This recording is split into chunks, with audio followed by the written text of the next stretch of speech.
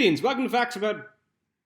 it's not Facts About Everything anymore. I had to change my name to Limits Know-It-All because my niece Lily now owns my channel. I had to do that since my videos get about 200 views, hers 500,000. This happened ever since her Pokemon video went viral. Speaking of Pokemon, let's look at Pokemon Go. Michael Baker got stabbed in the shoulder in Forest Grove while playing Pokemon Go. Instead of seeking medical attention, he continued playing because he, quote, wanted to be the best. He eventually went to a hospital and received 8 stitches. Willing to risk death to play Pokemon Go.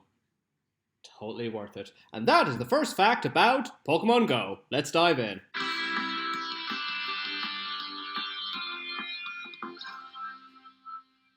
Pokemon Go has caused many players to enter hazardous areas, which has forced police officers to designate landmarks as danger zones. They have Facebook pages telling players where they are not allowed to play. A 19-year-old in Wyoming called Shayla Wiggins was hunting Pokemon near the Wind River and found a dead body. Not in the game. In real life. 2 men in California climbed over a fence and fell off a cliff while playing the game. 2 Canadian teens accidentally crossed the US-Canadian border while searching for Pokemon. 4 teens in Missouri were arrested on suspicion of using an in-game item to lure nearby players to a Pokestop and robbing them at gunpoint. The developers considered removing the evolution mechanic because they were worried that new players wouldn't understand how to use it. The County of Los Angeles Fire Department has asked players to stop calling 911 to request access to fire stations to find Pokemon. If you walk away from Bulbasaur, Charmander, and Squirtle at the beginning, they will respawn near you. If you do this 3 times, Pikachu will appear and you can choose him as your starter Pokemon. Don't bother, he's rubbish. On July 19th, 2016, T-Mobile gave all customers a year of unlimited data for this game. The United States Holocaust Memorial Museum has demanded that players stop playing the game while on their property because... Do I have to explain why? Obviously, this game made a lot of money, but you just cannot comprehend how much money it made. It is unprecedented. Pokemon Go prompted the biggest share surge since Nintendo launched the NES in 1983. Its shares increased by 36% in 2 days. In 6 days, its market value increased by 60%, making it $12 billion. They were making over $1 billion a day. They made $10 billion in 1 week. And what makes this even more spectacular is that Nintendo didn't even make the game. To which you might think, yes, they did. Pokemon is like their whole thing. Load the game right now on your phone, and I'll tell you who made the game. Niantic, the Pokemon company. It never says Nintendo made it.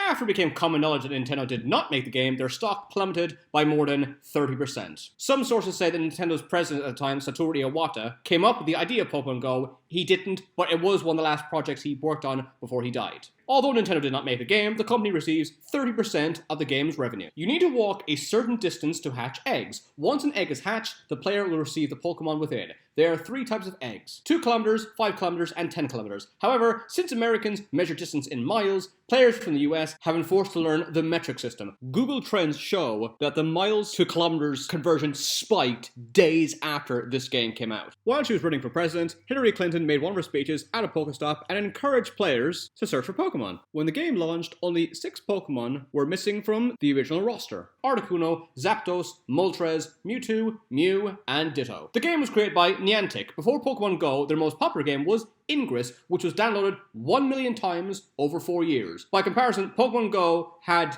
10 million downloads in 1 day. The game is designed to make players walk around. Although running and cycling is fine, the game won't work if the player is in a car. If you try to cheat in a car several times, the game might lock you out for up to an hour. This has not stopped players trying to work around this problem. Some people have attached their phones to their dogs and make their pets run around, hoping to rack up enough distance to hatch an egg. One player attaches his phone to a drone, allowing it to get to Pokestops at top speed. Some players hatch eggs by attaching their phone to a ceiling fan so the game thinks the player is moving as it spins around. I love the concept of Pokemon Go because it gets you out and about in the house, so if you're not doing that, you just completely missed the point of the game. Uber have indirectly made a lot of money from Pokemon Go since players keep hiring the cab service to drive them to Pokestops. While US soldier Louis Park was hunting for ISIS leader Abu Bakr al-Baghdadi, he got bored and started playing Pokemon Go. He caught a Squirtle and uploaded the picture on Facebook. Facebook users were furious, saying that he should have been catching terrorists, not Pokemon.